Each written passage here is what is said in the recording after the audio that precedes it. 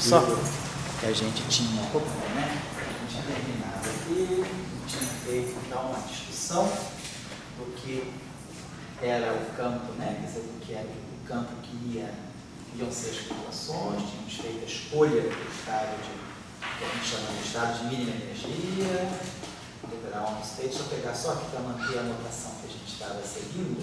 Então a gente tinha feito a seguinte escolha. Nós tínhamos tomado configuração com mínima energia para nós tínhamos escolhido essa aqui em configurar. 0V. Aí tínhamos dito que o nosso campo φ, é um campo que comparece, né? No lagrangiano, o leite aqui, F2, nós acabamos escrevendo ele sendo desse modo. Ele é o φ0, mas o que nós chamamos de φ2. O nosso φ, ele era o φ0, 0V, e o φ2, que é o φ1, e o V, mais o φ2, tudo que nós tínhamos feito. Simetria ainda era global, aí nós expressamos, reescrevemos então o nosso lagrangiano em função do campo φ2, e chegamos a isso aqui. Nós tínhamos escrito também essa combinação, tínhamos escrito então para o nosso φ1, nós temos definido ele dessa forma, Q1 mais um I lambda 1, só para retomar o finalzinho da outra, sabe?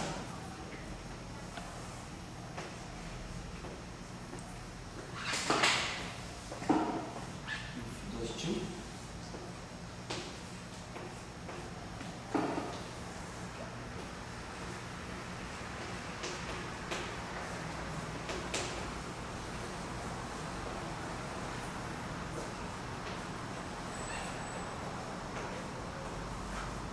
o F2 certo?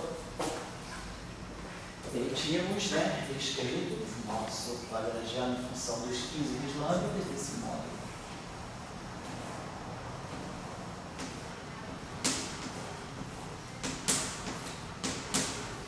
Vamos chamar esse lagrangiano aqui, seria um lagrangiano físico mesmo, né? Que é o lagrangiano que vai escrever em função das flutuações que vão ser as flutuações verdadas. Então nós temos aqui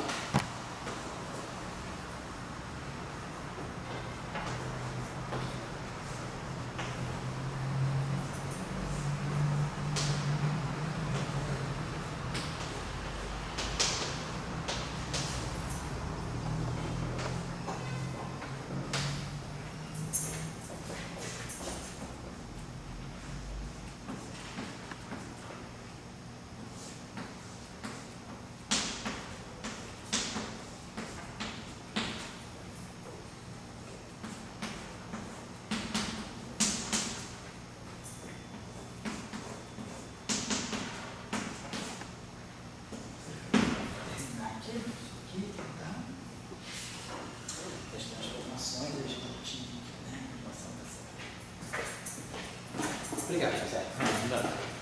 Então tá bom.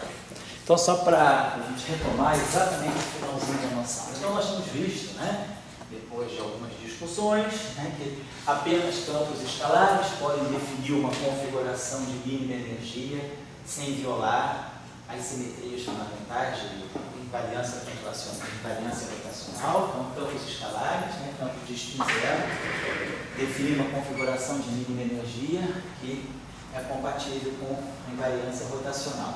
E a dependência espaço-temporal desses campos, configuração de mínima energia, deveria ter uma dependência espaço-temporal, não deveria ter dependência espaço-temporal para poder expressar o fato de que a energia é mínima, então nós não temos nenhuma energia devido a gradiente nem devido à frequência. Então essa seria a ideia. E aí nós trabalhamos na aula passada a discussão, escolhemos, né, a gente podia escolher o estado de mínima energia, a configuração de mínima energia, escolhemos a configuração de mínima energia e aí retiramos, né, do campo aquilo que é a configuração de mínima energia e aquilo que é a flutuação. O campo vai flutuar em torno da configuração de mínima energia, em torno da posição de equilíbrio, digamos assim. E aí então fizemos essa separação aqui.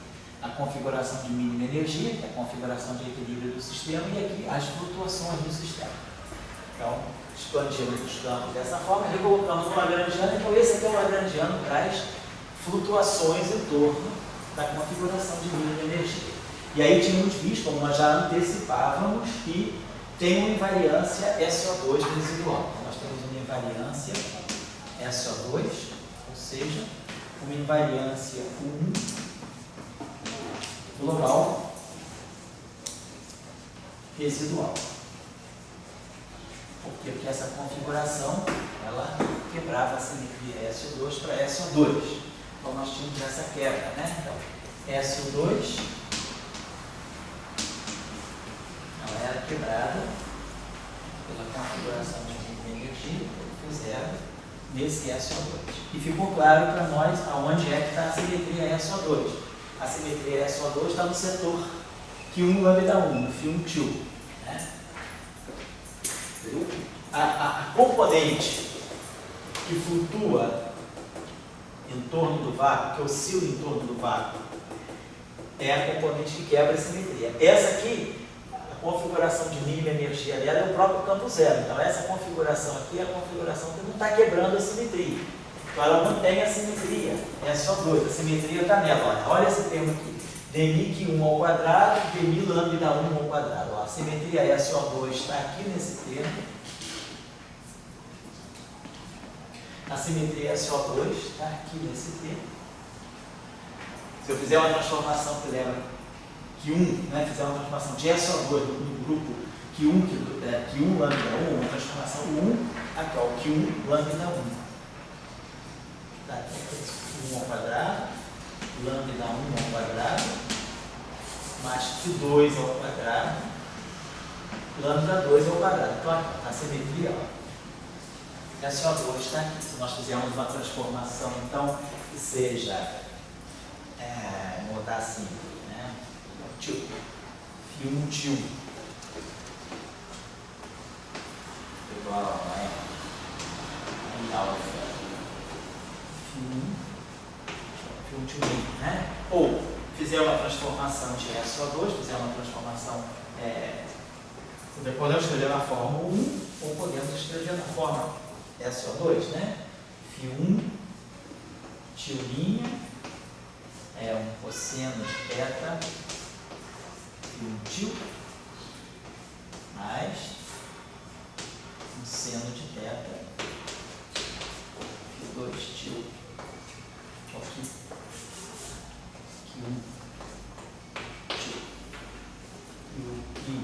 Q1 tio linha, vai ser menos seno de θ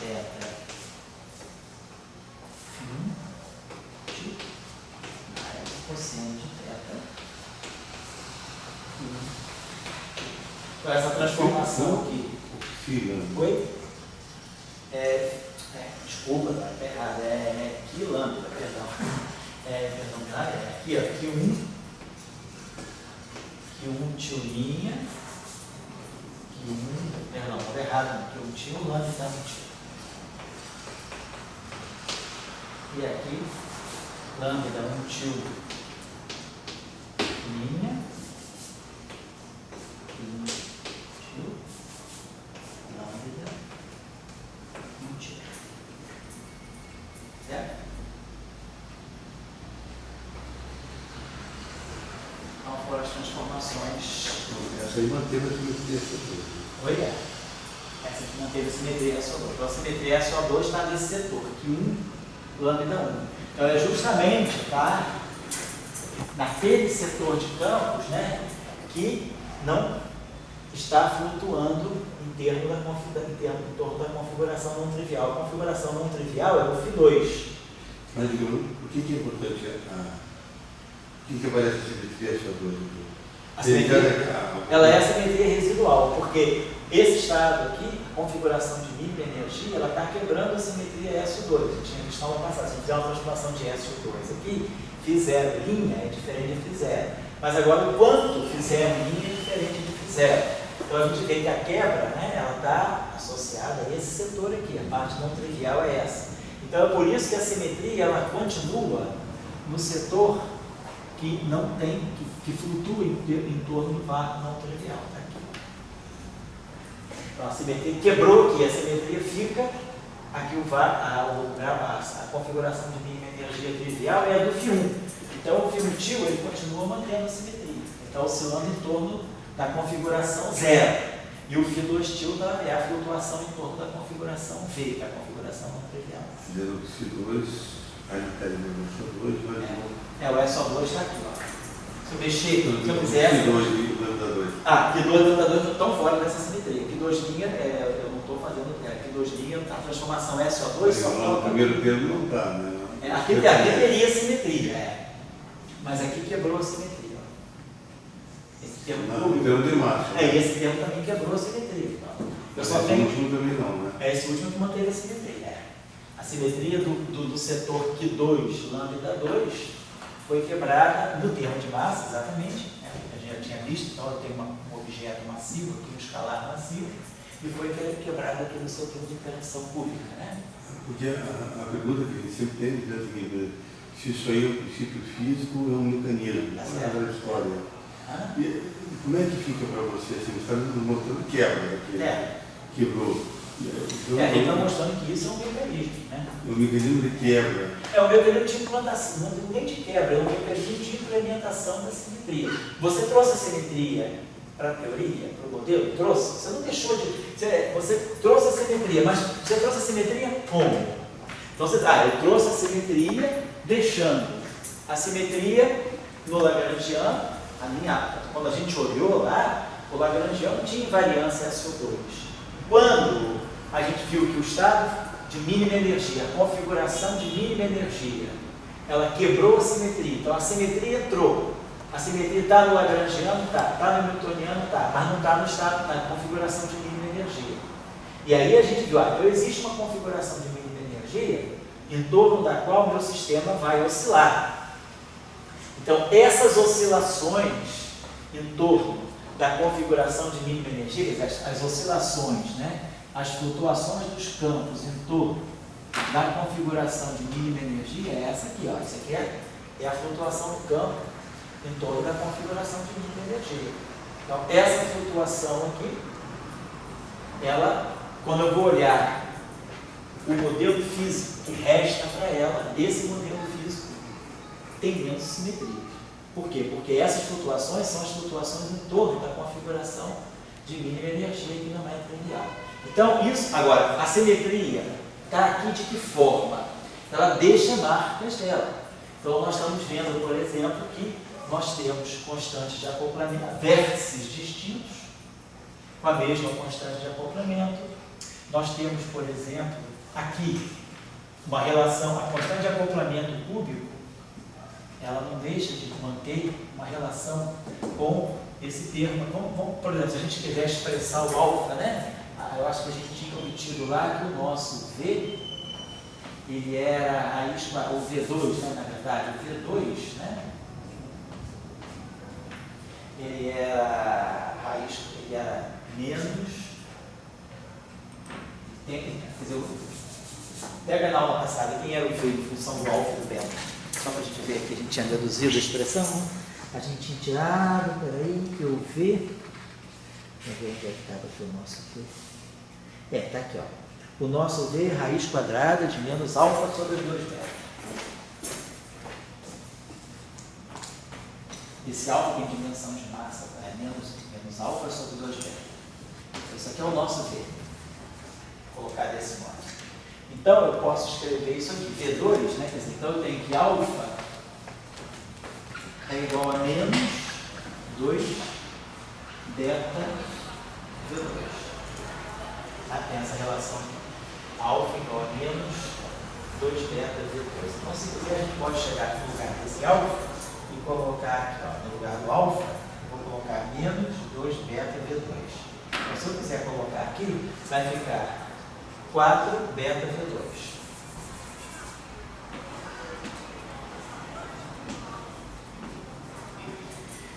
Então, a gente observa, por exemplo, que esse termo de massa aqui, quer dizer, a massa do Q2, ela está ligada diretamente a essas constantes de acoplamento aqui. Existe, por exemplo, uma relação de, vamos dizer, a gente pode estabelecer uma relação. O acoplamento quártico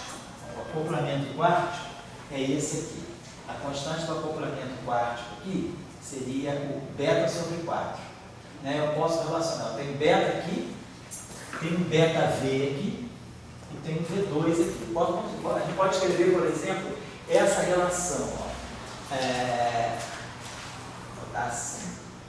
A massa, vou colocar, se eu pegar... Você tem pergunta? Só um instantinho só, já vou te dar a palavra, só um instantinho só para a gente acertar essa relação aqui. A gente está vendo o seguinte, né? Esse objeto aqui, né? Quer dizer, a gente está vendo aqui. Estão todos relacionados. Eu posso escrever, estabelecer uma relação. Então, isso é uma marca da simetria. Pois é. O fato de um acoplamento quártico, do acoplamento cúbico, guardarem uma relação. Quando a gente começou, né, não tinha nem acoplamento cúbico. Ele apareceu depois que eu fui estudar as flutuações. Só tinha um acoplamento quártico. O acoplamento quártico gerou o acoplamento cúbico, e o acoplamento cúbico ele vem ligado com a massa desse objeto que está aqui. Isso aqui, na verdade, é essa massa aqui, né, vezes V. Então, eu começo a estabelecer relação entre termos de lagrangianos. Isso aí seria uma forma de você implementar, uma forma de você ter uma simetria residual. Mas eu acho que uma pergunta aqui para mim, tem duas perguntas aqui que eu acho assim, para mim importantes. Vamos dizer, qual é o teu número aqui do TVPF? Número de quê? Assim, você, na escala do TVPF, você é número 1, 2... Sou número N lá embaixo. Já que você daqui do TVPF, tem uma camisinha assim, número 1, eu vou fazer certas perguntas. Não, número 1 explicou. Claro. Então vamos ter que começar o número 123. Tá certo. Mas eu sou o Einstein. Tá. Então, o Einstein quer perguntar para o 123 a questão da massa. Certo. Então, para o Einstein, massa é energia, letras, circulando, é uma coisa assim muito forte. Massa, quer dizer, é energia para o Einstein. O 123 está mostrando aqui que eu acho mais uma massa-simetria, não uma massa-energia. Então, a gente está com essa massa e simetria, 4,2, né, aquela coisa, relacionada com os outros pela simetria, mas é uma massa-simetria. A pergunta, porque depois você vai dizer que o Higgs, a coisa da massa, da coisa, mas você, digamos, você não está contentando, me parece, o Einstein. Você está mais criando uma massa-simetria, olha, simetricamente encontrei uma maneira de colocar massa, massa-simetria, tudo bem. Agora, essa massa-energia não foi tocada. E essa seria a minha pergunta. Ela pode ser tocada aqui, obviamente, indiretamente, isso aí vai dar depois para as coisas do Einstein, assim, né? Mas você está trabalhando com uma massa-simetria, se mais apropriado, isso que eu pergunto. Quer dizer, eu diria nesse sentido, que é um mecanismo. Você pode compreender a origem da massa de certos objetos como sendo o resultado de uma simetria. Porque nós, quando iniciamos, né, aquele parâmetro de alfa sendo negativo, nós não tínhamos um termo de massa. Nós tínhamos um termo com dimensão de massa, mas não era exatamente uma massa. Depois que nós fomos estudar as flutuações dos campos em torno da configuração de mínima energia, que apareceu uma massa genuína. Então, a massa genuína, ela é o resultado de um mecanismo que eu tenho de implementar a simetria. Porque a gente implementar a simetria, normalmente a gente está acostumado. A simetria escreve o lagrangiano já simétrico. Então, você introduziu a simetria do lagrangiano. E, muitas vezes, quando você traz a simetria para o lagrangiano, você deixa em aberto a questão do estado de mínima energia. E aí agora você observa, não, o estado de mínima energia não é invariante. A simetria foi perdida em que instância? Em que grau eu perdi a simetria? Então, nós vamos vendo, nós perdemos a simetria parcialmente, sobrou uma simetria aqui ainda. E aí é que ficou claro, a gente tem 3 objetos de massa zero, que lambda 1 e lambda 2 não tem termo de massa. Só o que 2 que adquire termo de massa. A massa é fruto da quebra da simetria. A massa é fruto da quebra. É fruto do meu sistema estar flutuando em torno de um estado fundamental que não é invariante, de um estado de mínima energia que não é invariante, ou seja, de um estado de mínima energia que quebrou a simetria. Quebrou entre aspas. Quebrou entre aspas. Quebrou no sentido de que ela entrou, mas o estado fundamental não respeita essa simetria, exatamente. Mas a volta a ser pergunta do Einstein para o 123. Para o Einstein, vamos dizer, a massa ela é um princípio físico, ela encurva o espaço. É uma visão, né? Então, desde sempre disso, você pode aceitar ou não. A massa é energia, a distribuição de matéria e energia mexe no espaço. Então, esse é o princípio ad hoc dele, daí ele tira lá os fatores da vida dele. Ok? Para o 123, você diria que... Mas para nós não. Para nós, massa e spin, eles são a expressão, né, das simetrias do espaço-tempo que você tem. Quer dizer, nós classificamos os estados, as partículas, pela massa e pelo spin. São atributos, né, do grupo de Poincaré, do espaço de Minkowski, né, das simetrias, né, nós temos a simetria translacional e a simetria que deixa a isometria da métrica do espaço de Minkowski. Então, para nós, né, massa e spin são atributos, né, do grupo de Poincaré. E aí, nesse caso, nós vemos que essa massa, esse atributo do grupo de Poincaré, ele aparece como fruto da interação. O meu sistema escolhe uma configuração de mínima energia, que é estável, mas que não respeita uma simetria, e com isso aparece alguma partícula massiva. Então você consegue manter, voltando à pergunta, Santo Saco, ideologizar isso como Einstein fez com a massa do espaço-tempo? Não, eu acho que não tem o mesmo status, não. Eu acho que não tem o mesmo status, não. Eu acho que o status de você, assim dizer, atribuir a geometria do espaço-tempo a uma distribuição de matéria e energia, a presença de matéria, é algo que, vamos dizer assim, ele tem um princípio mais forte por trás do que isso que está acontecendo aqui. Isso que está acontecendo aqui é circunstancial. É porque o sistema tem uma configuração de mínima energia que não é trivial, mas quer dizer, é uma questão de um parâmetro, né, do modelo que está induzindo tudo. Se eu tivesse alfa, como a gente tinha visto, se a gente tivesse o alfa positivo, nada disso estava acontecendo. Quando o alfa ficou negativo, esse regime do meu sistema entrou em ação. Então, alfa positivo, alfa negativo, quer dizer, um parâmetro do sistema mudou completamente as feições do sistema. O sistema agora, antes, quer dizer, quando o alfa era positivo, o sistema estava numa situação de completa simetria. A massa, vamos dizer assim, estava lá, presente na mão, a massa estava lá. Quando o parâmetro alfa se tornou negativo, nós vimos que alguns objetos ficaram sem massa. Isso, vamos dizer, é um resultado importante. Mas aí, vamos fazer assim, você é um pequeno 123. Sei. Você está diante do grande Einstein. O que o grande Einstein quer? Coisas universais, entendeu assim? Mas o perigo dessas coisas que aparecem pequenas é que depois, mais tarde, elas tendem a se tornar grandes. Sei. Entendeu? Assim, eu acho que aqui que é o momento da gente discutir, né? Quanto grande, quanto não. Mas eu acho que aqui a situação é um pouco assim, né? O que é importante aqui?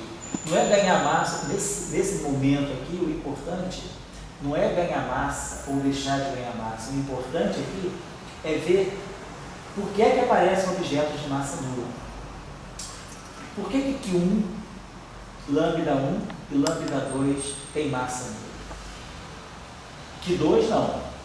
O sistema, de qualquer maneira, ele começa com um termo de massa. Se o alfa for positivo, todo mundo tem massa.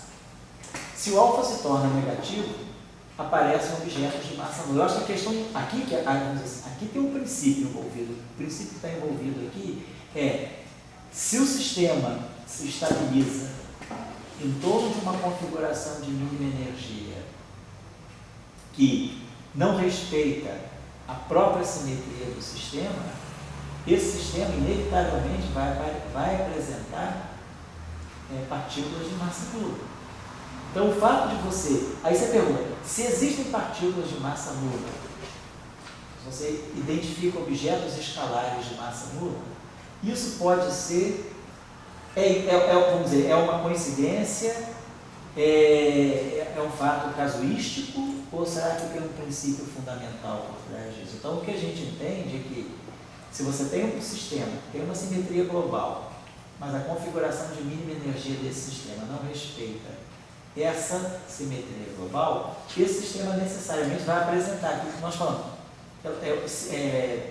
Vai apresentar ondas, vai apresentar estados coletivos com uma certa característica de relação de dispersão. Ou no mundo das partículas, ele vai apresentar partículas de massa nula. Então, eu acho que o que é importante aí, nesse caso, que é universal, se você está buscando uma universalidade, não é o fato de ter aparecido uma massa, é o fato de não ter massa.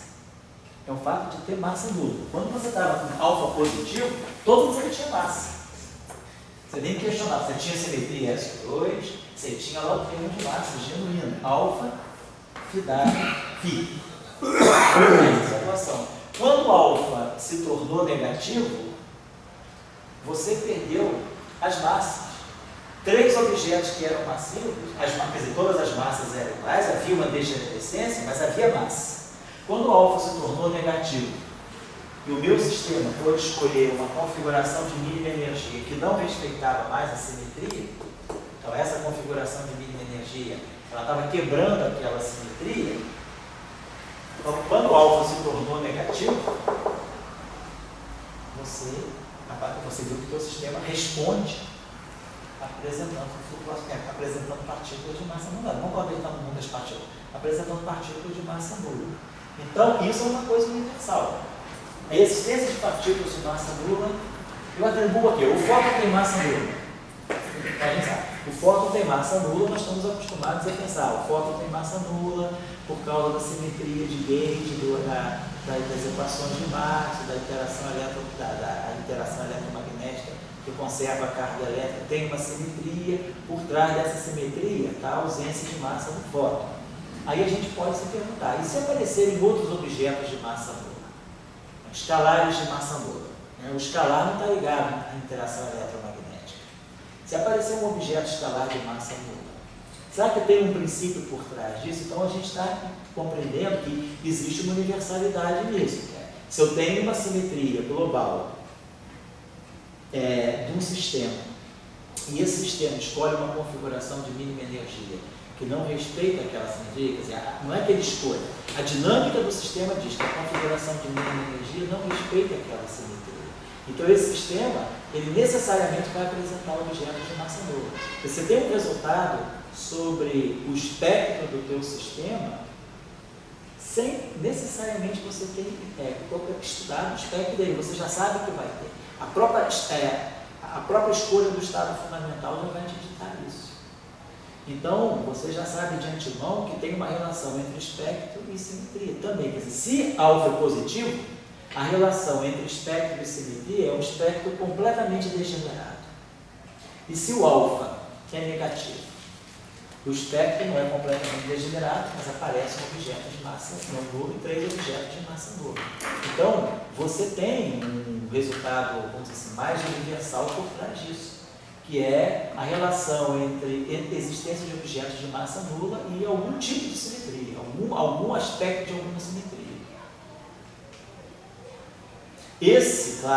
Essa discussão ela se torna, ela assume uma outra característica quando a gente vai considerar a simetria local, porque aí sim a simetria local vai mostrar que objetos que antes não tinham massa passam a ter massa. Mas aqui não. Aqui você está tentando ilustrar,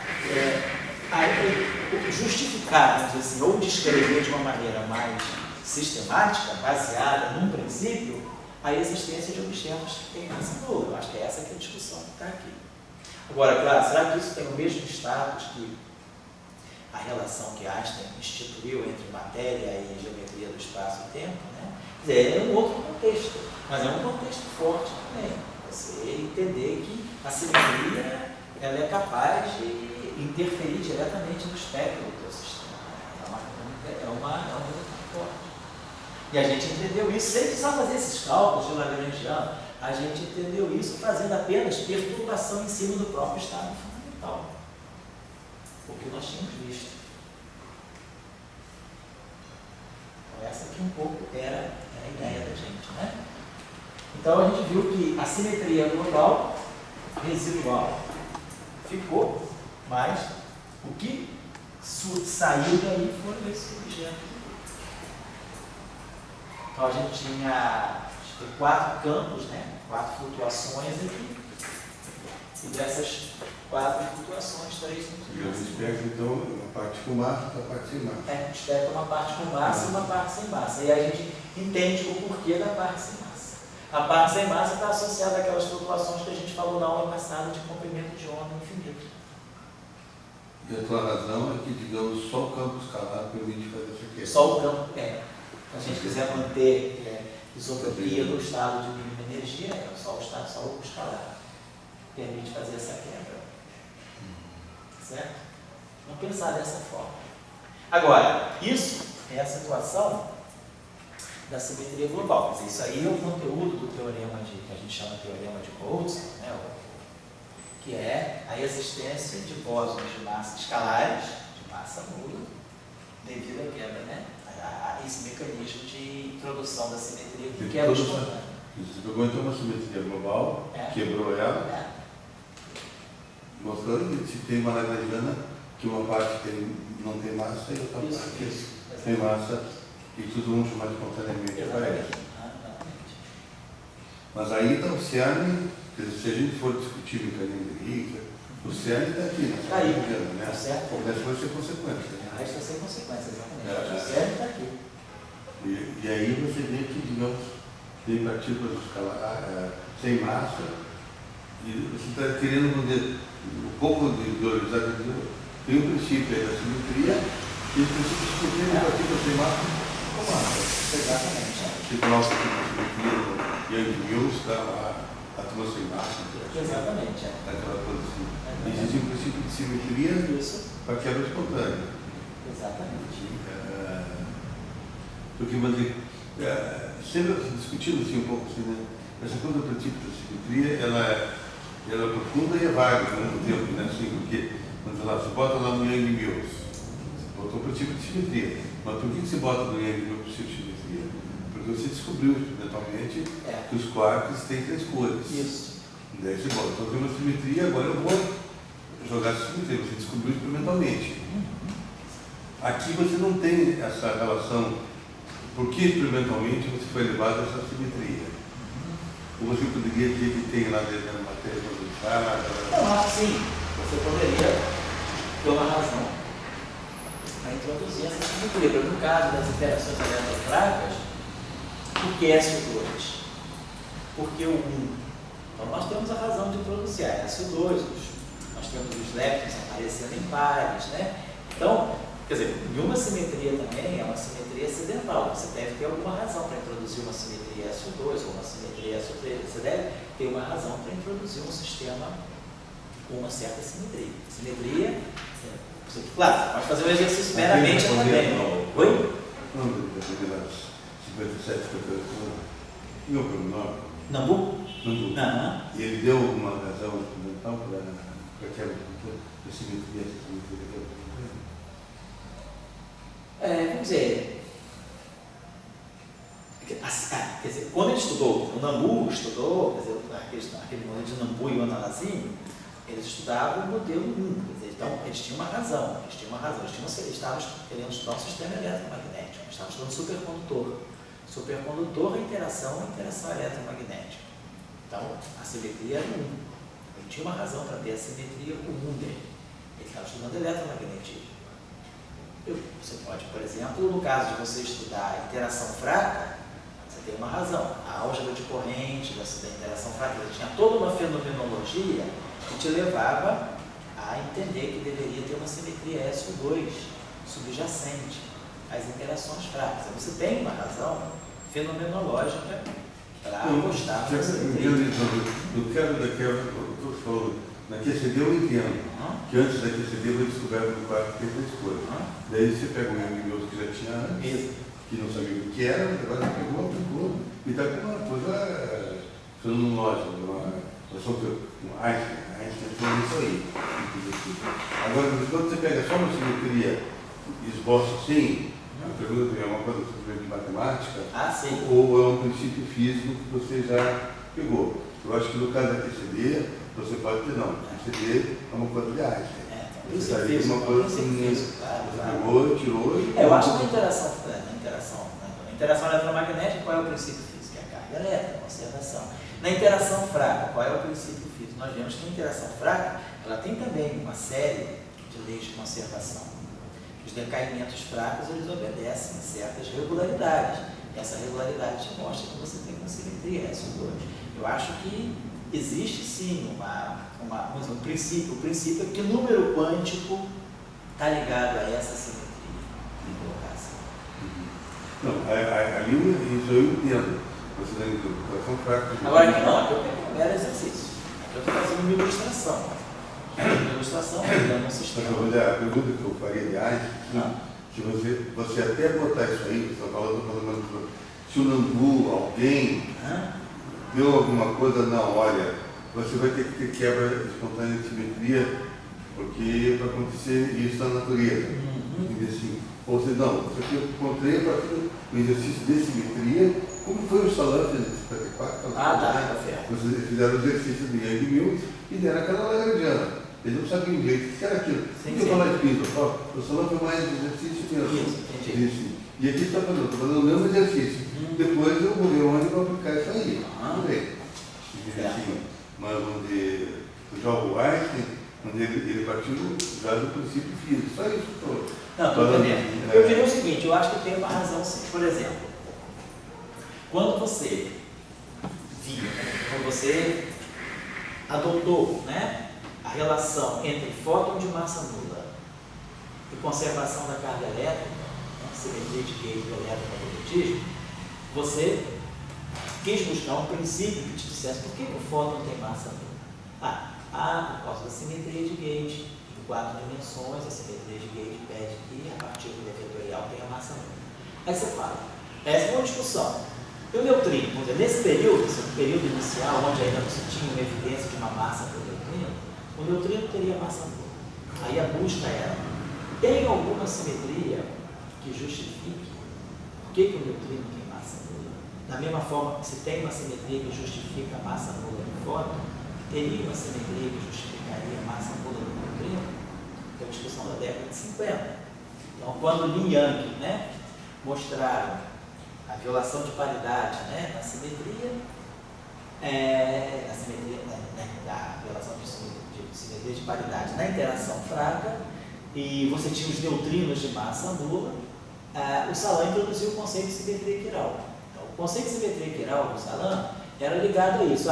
Se eu tiver objetos fermiônicos de massa nula, partículas de spin meio e massa nula, o que pode estar por trás disso? Então, é a simetria quiral. Existe uma simetria reguladora de fermions de massa nula. Você está sempre buscando apoio em alguma simetria. Quando chegou mecanismo de quebra espontânea. Onde é que você, por que você vai buscar isso? Apareciam, não se conheciam, o neutrino tinha massa nula, certo? O fóton tinha massa nula, tem massa nula. O neutrino, né? Hoje a gente sabe que ele tem uma pequena massa, mas tinha massa nula. Isso que detonou então a discussão da simetria quiral. A questão era, que objetos escalares de massa nula havia? Então, nesse período inicial da física de partículas, você tinha os mesons, né, e os baryons, vamos dizer, os rádios com massas bastante altas com relação às massas dos mesons pions. Então, os pions tinham uma massa numa escala bem mais baixa. A massa do próton é 938, 939 MeV, a massa do nêutron. A massa dos mesons é 140. Então, você tem um fator aí de 7, mais ou menos. A massa dos thaus na faixa de 500, você tem um fator aí de 4. Por que a massa do pion é tão baixa? Então, a pergunta é, será que os pions, então, são escalares? Tem massa baixa. Dentro da escala das interações fortes, são os objetos de muito menos massivo. Todos os objetos são pelo menos 5 vezes mais massivos. Então, você começou a pensar, será que esses objetos, então, não seriam objetos, numa situação de extrema simetria, eles seriam objetos de massa nula. E eles estão ganhando essa pequena massa devido a algum mecanismo. Então, a questão que se colocava era, se existirem objetos escalares de massa nula, e os pions podem ser uma boa aproximação, eu posso dar uma aproximação em que é razoável, né, em primeira aproximação, considerar os pions de massa nula. Então, escalares de massa nula, qual seria a simetria que estaria por trás? O que poderia justificar a existência de escalares de massa nula?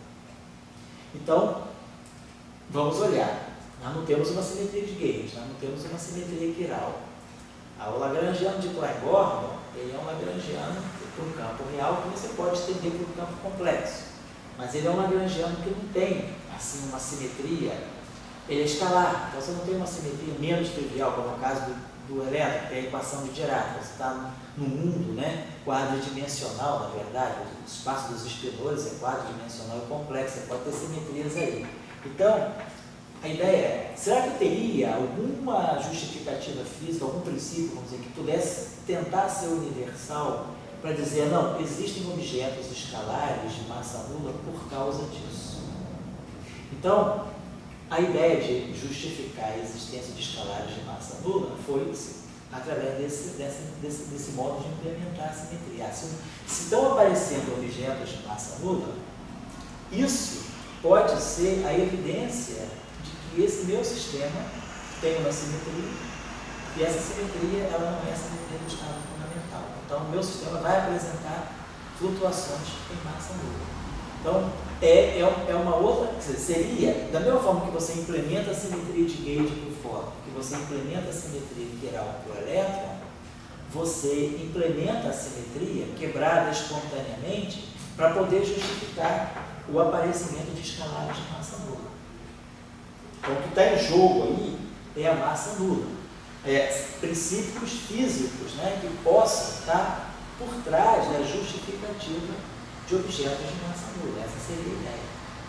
E por que não de massa nula? Hã? Objetos de massa nula ou não nula? Não, de massa não nula, porque aí massa não nula, você, em princípio, poderia ter qualquer massa. A questão é, e se as massas forem não nulas, mas forem iguais? Aí é mais interessante, porque tem certas degenerescências, aí seria mais interessante. Mas massa nula porque o fóton é um objeto, eu acho que é um objeto muito especial.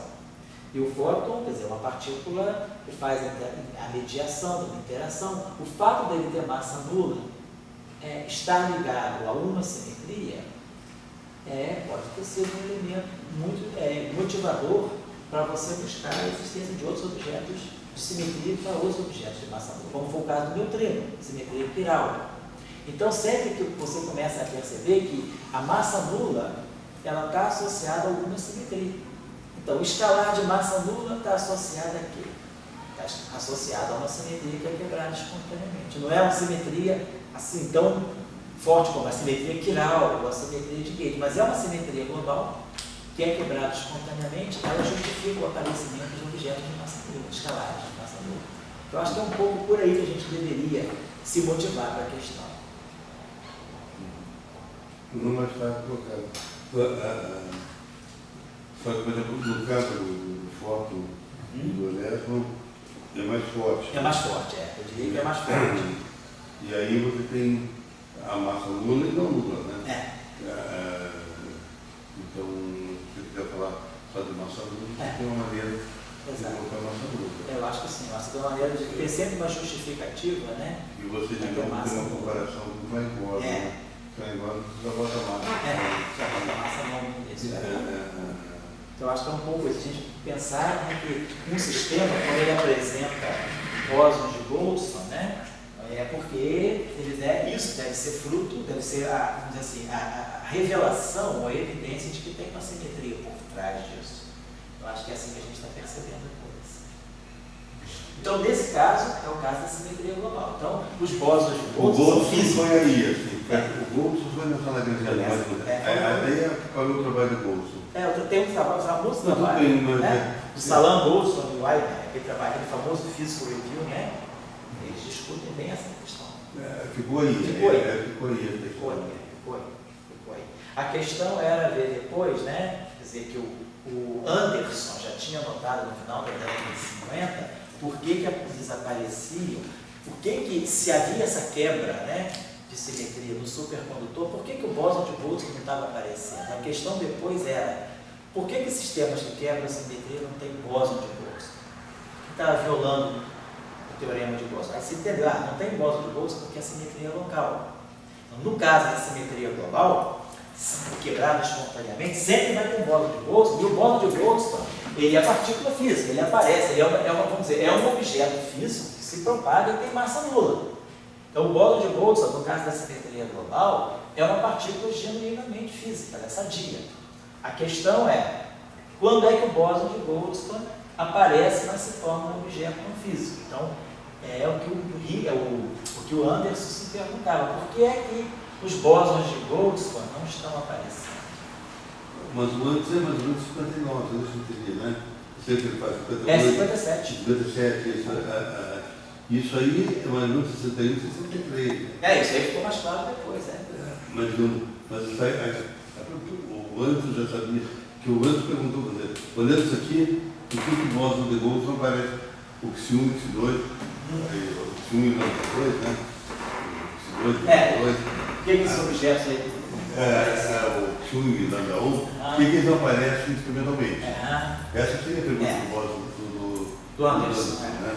Quer dizer, o Anderson, ele faz essa pergunta, quer dizer, no trabalho de 57, ele se pergunta por que é que o sistema deveria realmente apresentar uma flutuação de comprimento de onda muito grande e não apresentava. O que estava acontecendo? Estava sumindo, né? Ele já sabia, né, que deveria aparecer um objeto de massa nula nesse cara, vamos dizer assim. Agora, o teorema de...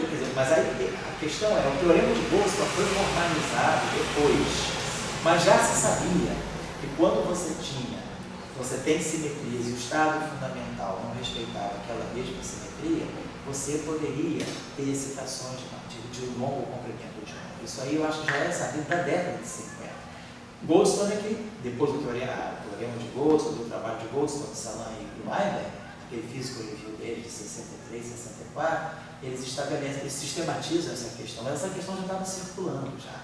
Tanto é que o Anderson se perguntava, por que é que não está aparecendo uma configuração de longo alcance que deveria estar aparecendo, aquele modo de longo alcance que seria o bóson de Goldstone, na verdade. Aí ele não tinha ligado que isso não está aparecendo porque a simetria do eletromagnetismo é local, não é global. Essa discussão já estava circulando. Bom, então essa é a ideia. O teorema de Goldstone, então, os bósons de Goldstone são partículas físicas no caso da simetria global. Está aí.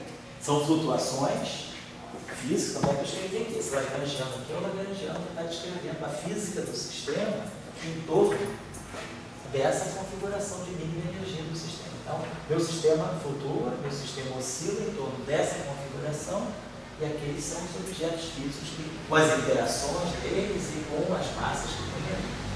Então, essa é a situação. Aí, nós nos perguntamos, né? Então, nós tínhamos visto, deixa eu pagar aqui um instantinho só, que o que era, né? Nós tínhamos feito isso aqui. Quando a gente fez as transformações, né, de simetria aqui, a gente viu então que perturbando, fazendo uma transformação infinita, uma transformação pequena, uma pequena flutuação em torno desse barco, uma pequena perturbação em torno dessa configuração de mínima energia, nós ganhamos uma configuração que tinha comprimento de onda infinito. Foi o resultado basicamente da nossa outra aula que a gente está discutindo agora. Então, essa é a percepção. Agora a pergunta é, se essa simetria, né, vamos então fazer a seguinte investigação. O que era fundamental para nós era isso, deixa eu apagar isso aqui. Era o fato de eu fazer essa transformação aqui, vamos colocar aqui a transformação, deixa eu apagar isso aqui, que pode ficar mais interessante. Posso apagar isso aqui? Só para motivar melhor a introdução da simetria local. Então, parece, se era global, vamos fazer que está local, simplesmente como uma mera especulação acadêmica, né? Vamos evitar esse tipo de postura e vamos ver o que eu poderia estar me perguntando. Então, a gente já também, basicamente, a gente tinha falado um pouco sobre isso na outra aula. A gente falou isso aqui. Então, eu vou fazer uma transformação em cima do fiz0. Uma transformação de SO2. Então, fiz0' vai ser a transformação de SO2. Eu estava chamando de exponencial, de I, eu acho que estava chamando de ômega A, sigma A sobre 2, fiz0. A transformação infinitesimal. Então vamos pegar essa transformação global. Vamos fazer a transformação infinitesimal, fiz0' vai ser fiz0 mais I A sigma A sobre 2, fiz0. Então, isso aqui estava dando, vamos dizer que fiz0, né? Vamos dizer que o tempo esteja pegando, um fiz0 seja genérico. Fiz0, ele vai ter uma componente fiz0', que vai ter uma componente fiz0'. Então, isso aqui é uma configuração fiz0, que não precisa ser necessariamente zero aqui. Vamos dizer que eu tenho essa configuração aqui. Vamos apagar isso aqui. Então, nós teríamos o seguinte, você vai botar aqui. Fiz0', minha, fiz0, 2. Já é uma configuração de mínima energia igual nós sabemos aqui, módulo de fiz0 ao quadrado vai ser menos alfa sobre 2 beta. Nós estamos sabendo, né? Porque é módulo de fiz0 ao quadrado. Mas não necessariamente fiz0 não precisa ser zero. Nem fiz0 2 é zero. A soma dos módulos deles ao quadrado é menos alfa sobre 2 beta. Então aqui é fiz0', fiz0'2. Então aqui mais I, ômega, essa matrizinha aqui. Então, aqui ficou I.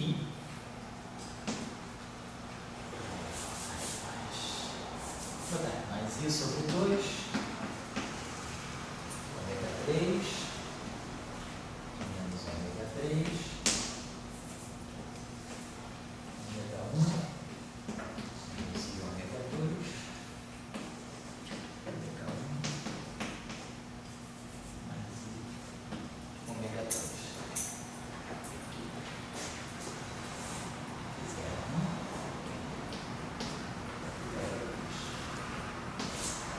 Transformação dessa configuração. Então a gente vê que o delta fiz0, vamos escrever aqui. Delta fiz0'.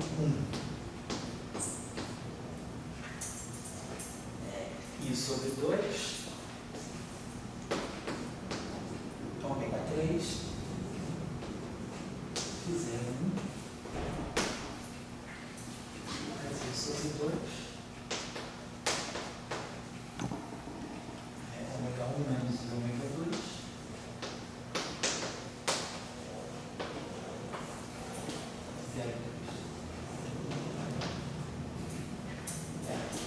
E o delta fiz0'2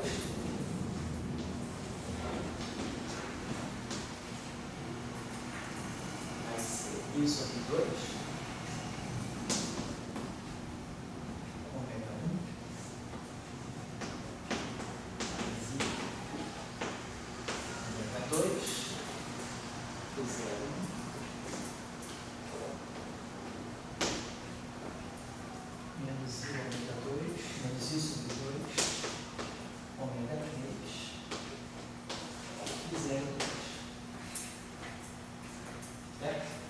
professor.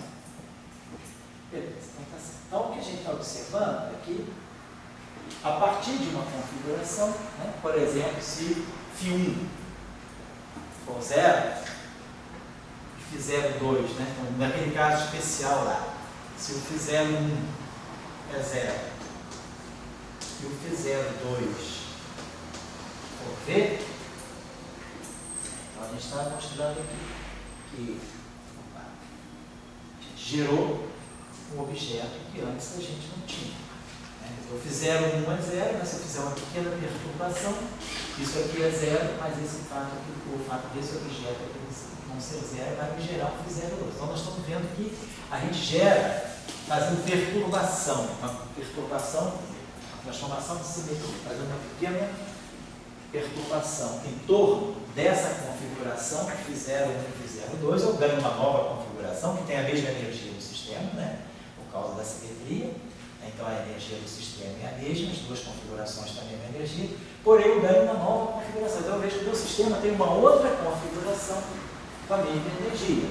Então eu passei de uma configuração para outra, eu perturbei uma configuração e passei para outra sem gastar energia. Então isso deve estar dizendo que o meu sistema, né, conecta essas duas, a transição do meu sistema de uma configuração para outra é sem gasto de energia. Então, isso, porque essa simetria aqui, tá? Isso aqui é um objeto global. Então, aparece uma configuração aqui que é constante, que a gente então identificou como tendo comprimento de onda infinito. Então, essa que é a situação. Agora, se a simetria, isso aqui é a simetria global, se a simetria fosse local, então os nossos ômega-A's agora, eles passam a depender do x-mi.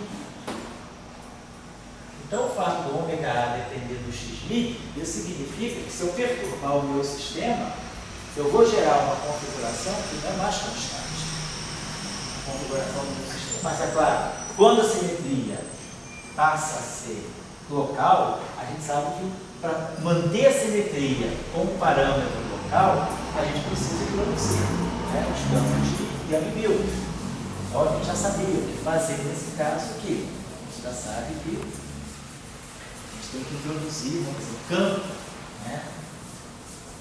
A gente já tinha visto ali a introdução, né, a necessidade de introduzir, porque a simetria de Gauge, né, a gente vai ter que introduzir. Então, o que a gente teria que fazer nesse caso aí das nossas discussões anteriores, né, era simplesmente no lugar onde tinha, né, nós estávamos trabalhando dessa forma, a gente tinha Demi, Fidagger, Demi, Fi.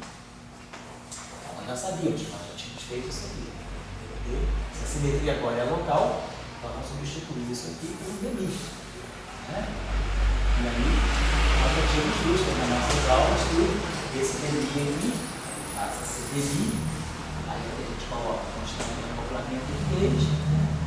Os campos associados, então, né, que a gente diz que é valorado na álgebra de mínimos geradores. Então, a gente fez isso aqui. Então a gente sabe que esse meu campo aí, ele, se a gente fizer uma transformação infinitesimal, então a gente sabe que o meu delta ami, né, já sabia isso aqui, a simetria local, aparece o campo de Young-Mills, e o campo de Young-Mills tem essa transformação aqui. Menos, nesse caso é SO2, é epsilon A BC, ômega B, ami C, e aqui menos demi ômega. A gente está vendo que aparece a transformação de Young-Mills, né, infinitesimal, ela traz aqui exatamente uma parte longitudinal. Meu campo aqui, né, uma parte que é eminentemente longitudinal, o gradiente de um escalar. Certo? Né? Só que agora a gente está vendo aqui, né, essa transformação infinitesimal também, estou vendo que esse, né, eu posso associar, né, vamos pegar aqui, então, deixa eu apagar isso aqui, deixa eu ver se eu posso apagar, vamos deixar só isso aqui.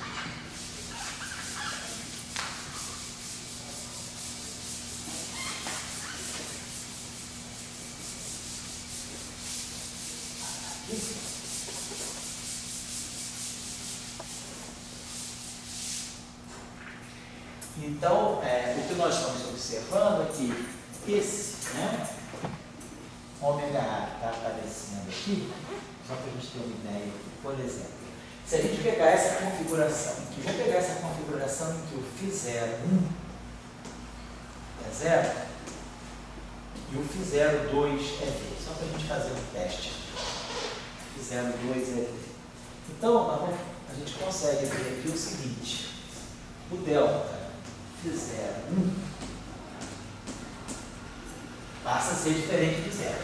Se eu fizer uma perturbação de simetria em torno dessa configuração, eu vou ter um delta φ01, o φ02 é V, o φ01 é zero, então isso aqui é zero. Eu vou ter uma configuração aqui que vai ser 1 sobre 2, ômega 1, menos I, ômega 2, φ02, que é o V, constante. Certo? Então, a minha simetria agora está local. Tive que introduzir campos de Yang-Mills de S2. A simetria local. Então, a derivada virou, a derivada covariante. Nós temos lá o termo de Yang-Mills, que eu escrevi, então nós vamos ter que acrescentar na ação agora aquele nosso termo F-min-A, F-min-A. Então, estou dando propagação para os meus campos de calibre, para os meus campos de Gay. Mas o que é importante é ver a transformação dele. Quando eu perturbo o meu sistema, quando eu faço uma pequena perturbação, eu agora estou perturbando a configuração de mínima energia, mas o meu campo de Yang-Mills também. Ele também é perturbado. Faça a mesma transformação que eu faço lá, eu tenho que fazer aqui para manter a simetria, porque ela liga essas coisas, né? Ela liga a transformação de uma coisa, transforma o A, mas tem que transformar o φ também. Então, nós estamos observando essa relação aqui. Então, tudo é local. O V é constante. O V continua sendo menos alfa sobre 2 delta. O delta φ02, então fazendo φ01 igual a 0, o delta φ0, esse aqui é V, então é menos I sobre 2, ômega 3, φ02. Tem-se, né, que esse campo aqui é um campo, é um campo muito complexo, né? Então a gente começa a ver que, por exemplo, né, isso aqui é uma constante, isso aqui é um parâmetro, isso aqui é o φ02, eu vou botar aqui, perdão. Então, por exemplo, eu observo que o ômega 3, ele é o 2 vai para lá, menos I, então ele é 2I, delta 2I, delta φ02 sobre V. Por exemplo, é o ômega 3, né?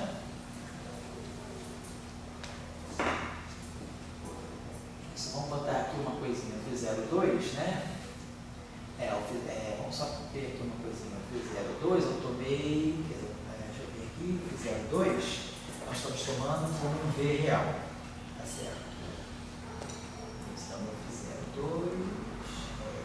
A transformação exponencial de ômega A, sigma A, sobre 2, né? Então, só para a gente ver isso aqui. Então, meu V é real, o meu φ02,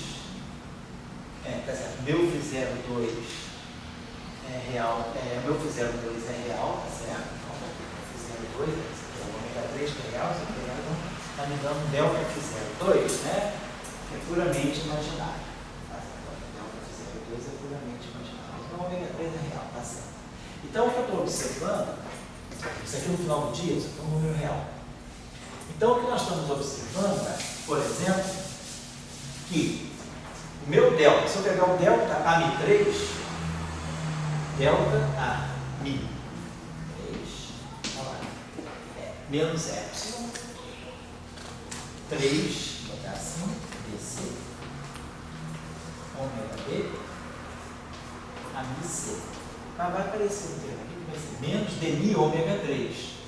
Vai ficar menos dmi, e aí vai ficar 2i, vou dar menos 2i sobre v, dmi do delta φ02. Então, o que a gente está observando? A gente está observando que quando eu perturbo o meu sistema, o meu campo ali, o próprio campo de gate que está lá, ele também é perturbado. E o que a parte,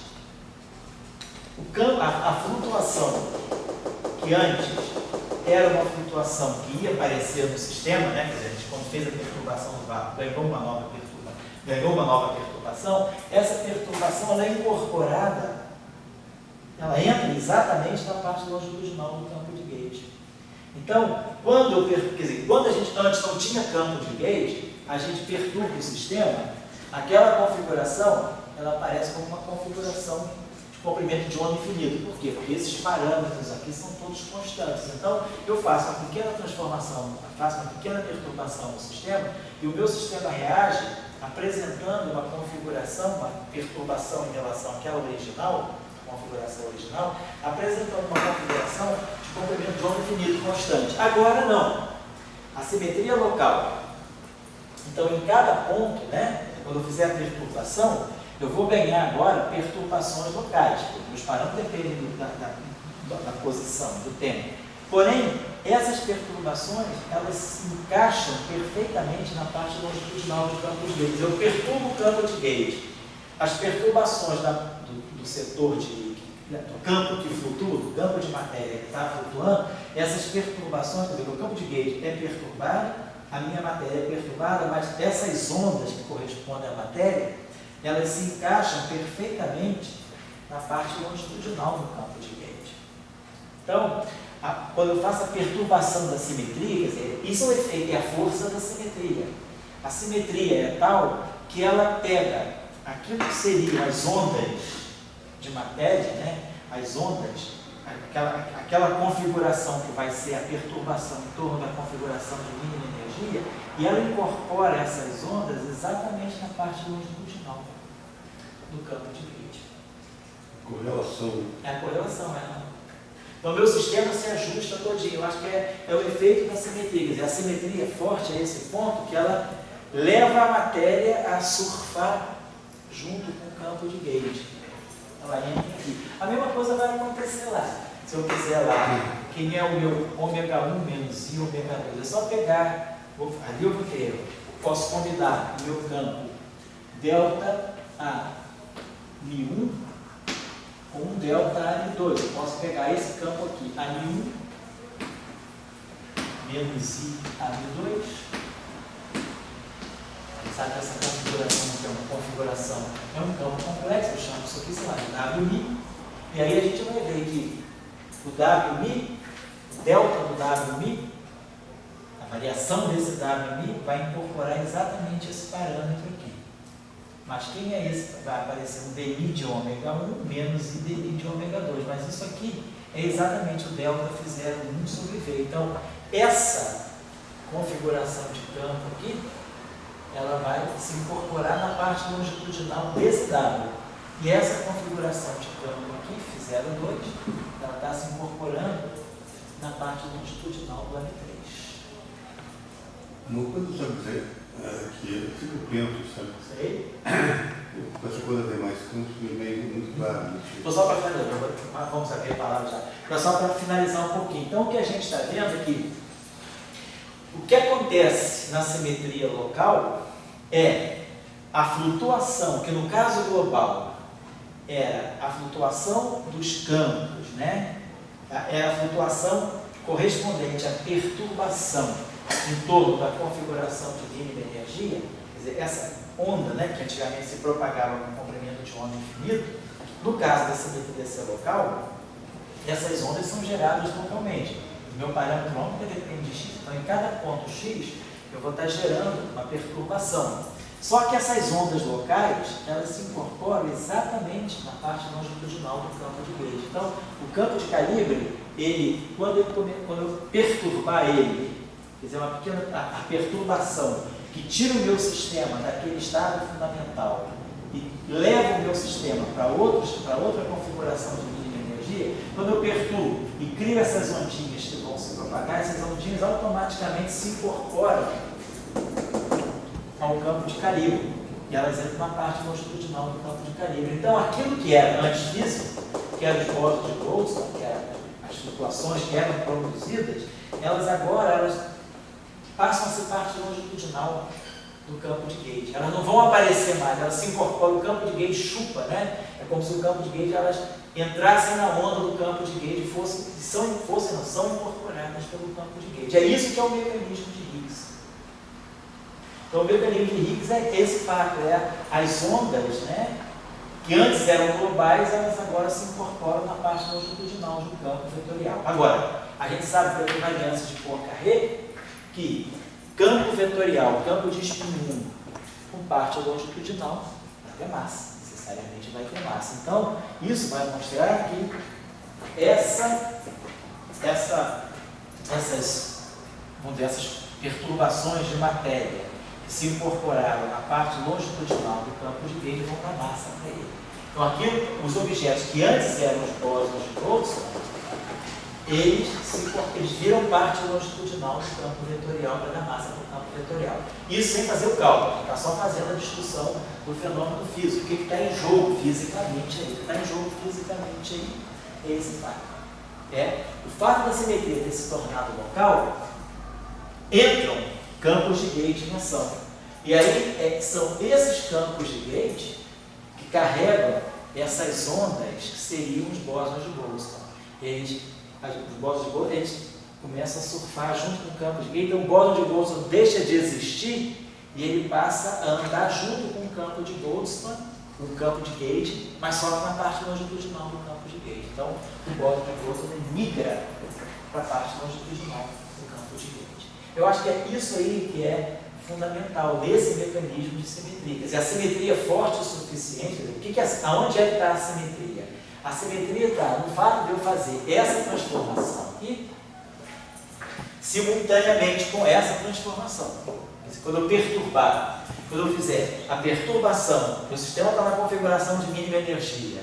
Quando eu fizer uma pequena perturbação dele, essa pequena perturbação também perturba os campos de Gauge.